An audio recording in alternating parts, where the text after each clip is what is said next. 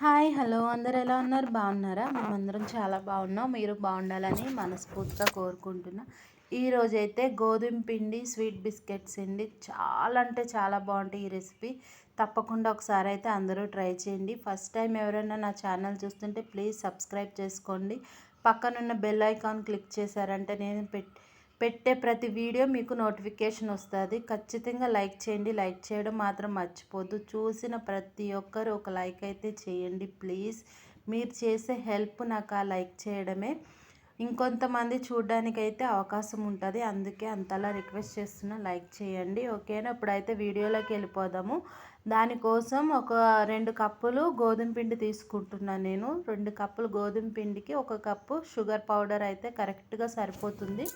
ఈ 2 కప్పుల గోధుమ పిండి కూడా మంచిగా జల్లించేసుకోవాలి. అందులో ఉన్న చిన్న చిన్న ఏమన్నా ఉన్నా పోతాయి అన్నమాట. అందుకు జల్లించుకున్న తర్వాత ఇలా షుగర్ పౌడరు కరెక్ట్గా 1 కప్ అయితే కరెక్ట్గా సరిపోతుంది. ఇలాగా షుగర్ పౌడర్ని కూడా ఒకసారి జల్లించేసుకుని తీసుకుందాము.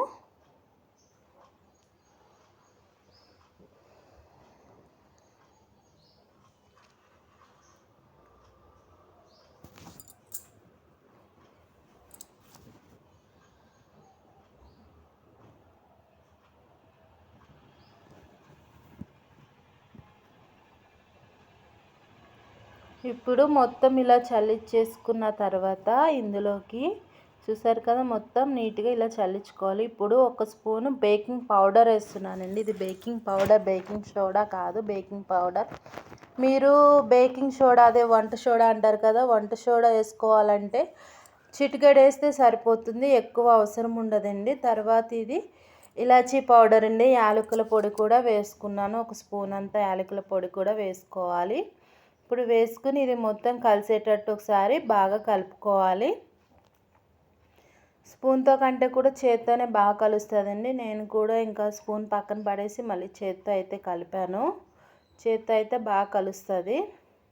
ఇలా ఒకసారి మొత్తం అంతా కలిసేటట్టు చేత్తో కలిపేసుకోవాలి.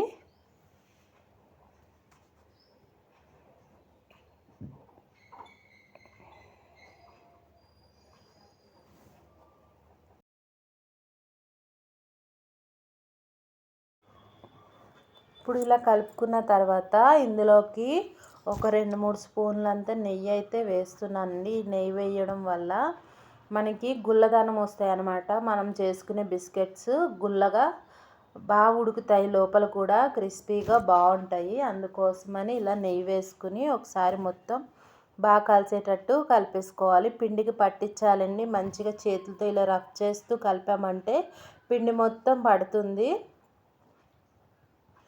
వీడియోలో చూపిస్తున్నట్టు ఇలా రఫ్ చేస్తూ కలుపుకోవాలి.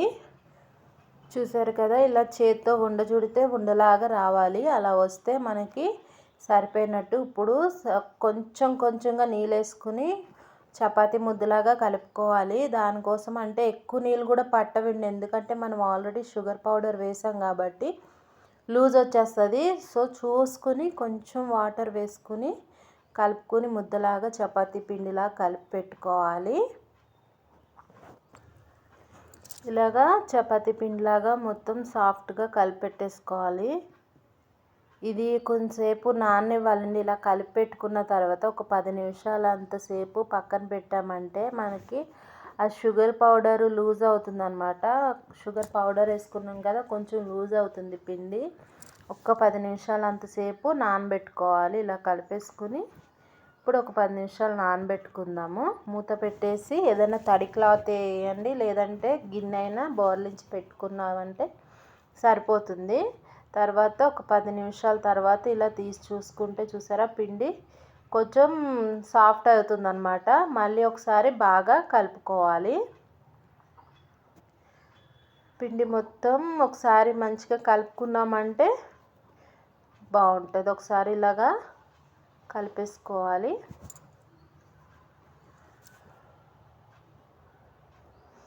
మనము చేత్తో ఎంత మృదువుగా కలుపుకుంటే మన బిస్కెట్స్ అంత బాగా వస్తాయండి. ఇలా కలిపేసుకున్న తర్వాత ఇప్పుడు మనం వీటిని 2 పార్ట్స్ కింద చేసుకుంటున్నాను నేను. ఇలా 2 పార్ట్స్ కింద చేసుకున్నాను. ఇప్పుడు దీన్ని చపాతీలాగా ఒత్తుకోవాలి. చపాతీలా ఒత్తుకుంటే మనం బిస్కెట్ చేసుకోవడానికి బాగుంటుంది అన్నమాట. ఇది కరెక్ట్ షేప్ అన్నది రాదు, కాకపోతే కొంచెం మంచిగా ఒత్తుకుంటూ వీడియోలో చూపిస్తున్నట్టుగా చేసుకుంటే బాగుంటుంది. మరీ పల్చగా కాదు, అలా అని మరీ మందంగా కూడా చేయకూడదండి. కొంచెం అంత మందం ఉంటే సరిపోతుంది, ఎక్కువ మందం అవసరం ఉండదు ఇది. ఇప్పుడు ఇలాగా చపాతీలా చేసుకున్నాక నా దగ్గర పిజ్జా కట్టర్ ఉందండి, దాంతో కట్ చేస్తున్నా, లేదంటే చాక్తో అయినా కట్ చేసుకోవచ్చు. మనకు నచ్చిన షేప్లో అయితే బిస్కెట్స్ ఇలా కట్ చేసుకోవచ్చు. నేను కొన్ని స్టార్ షేప్లో కట్ చేశాను, కొన్ని ఏమో మామూలు స్క్వేర్ షేప్లో అయితే కట్ చేశాను. అది మన ఇష్టం అండి, ఎలా అయినా కట్ చేసుకుని తినేది ఒకటే టేస్ట్ ఉంటుంది కాబట్టి ఎలా అయినా కట్ చేసుకోవచ్చు.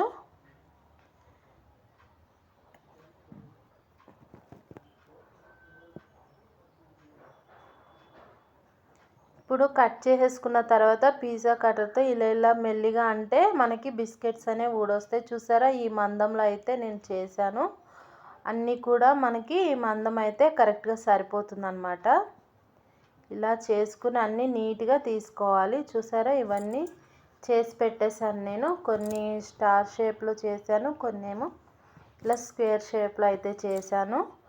ఇప్పుడు వీటిని పక్కన పెట్టుకుని స్టవ్ పైన బాండీ పెట్టుకుని ఆయిల్ పోసుకోవాలి. డీప్ ఫ్రైకి సరిపడా ఆయిల్ పోసుకోవాలి.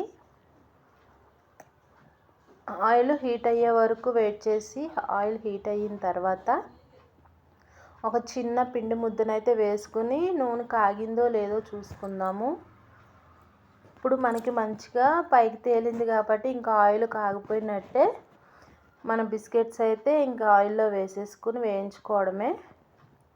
నెమ్మదిగా కొన్ని వేసుకోండి. ఇవి విడివిడిగానే వేసుకోవాలి, ఎందుకంటే పాకం ఉంటుంది కదా, పంచదార వేసాం కాబట్టి అది అతుక్కుపోతుంది అన్నమాట. అందుకనే విడివిడిగా జాగ్రత్తగా వేసుకున్నారనుకో మన బిస్కెట్స్ అనేవి చాలా బాగా వస్తాయి.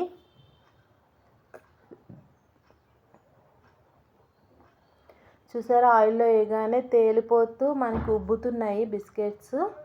మంచిగా అన్నీ ఇలానే వేసుకోవాలి. చూసారు కదా, ఇప్పుడు వీటిని నెమ్మదిగా టర్న్ చేసుకుంటూ రావాలన్నమాట.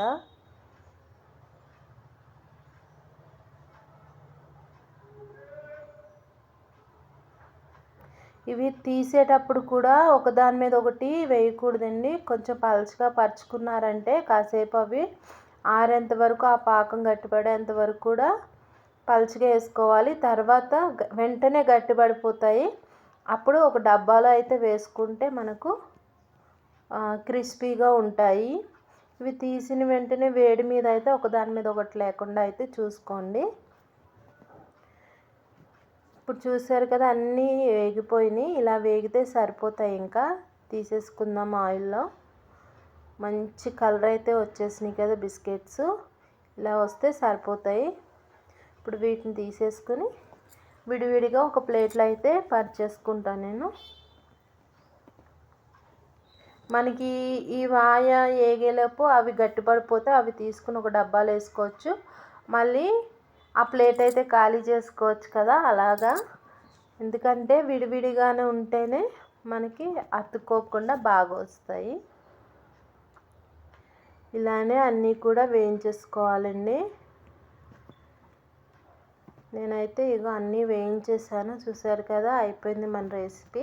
గోధుమ పిండి స్వీట్ బిస్కెట్స్ అయితే రెడీ అయిపోయినాయి. నా వీడియో కనుక మీకు నచ్చినట్టయితే లైక్ చేయండి, షేర్ చేయండి, సబ్స్క్రైబ్ చేసుకోండి. Thank you for watching. Bye bye.